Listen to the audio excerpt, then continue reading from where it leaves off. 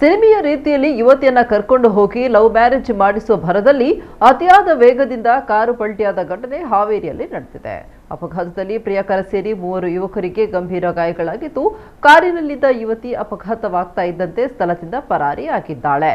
ಇರ್ಫಾನ್, ಚಂದ್ರು ಮತ್ತು ಗುರ್ರಾಜ್ ಎಂಬುವರು ಗಾಯಗೊಂಡ ಯುವಕರು. ಗಾಯಾಳುಗಳ ಪೈಕಿ ಇರ್ಫಾನ್ ಎಂಬುವನು ಯುವತಿಯೊಬ್ಬಳನ್ನ ಪ್ರೀತಿಸ್ತಾ ಇದ್ದ ಎನ್ನಲಾಗಿದೆ.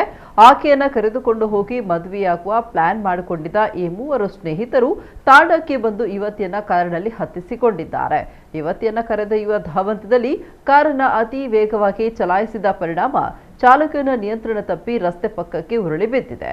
ಕಾರು ಅಪಘಾತಕ್ಕೀಡಾಗ್ತಾ ಇದ್ದಂತೆ ಕಾರಿನಲ್ಲಿದ್ದ ಯುವತಿ ಗಾಬರಿಗೊಂಡು ಅಲ್ಲಿಂದ ಕಾಲ್ಕಿತ್ತಿದ್ದಾಳೆ. ಕಾರಿನಲ್ಲಿದ್ದ ಇರ್ಫಾನ್, ಚಂದ್ರು ಮತ್ತು ಗುರುರಾಜ್ಗೆ ಗಂಭೀರ ಗಾಯಗಳಾಗಿದ್ದು, ಅವರನ್ನು ಹಾವೇರಿ ಜಿಲ್ಲಾಸ್ಪತ್ರೆಗೆ ದಾಖಲಿಸಿ ಚಿಕಿತ್ಸೆ ನೀಡಲಾಗ್ತಾ ಇದೆ.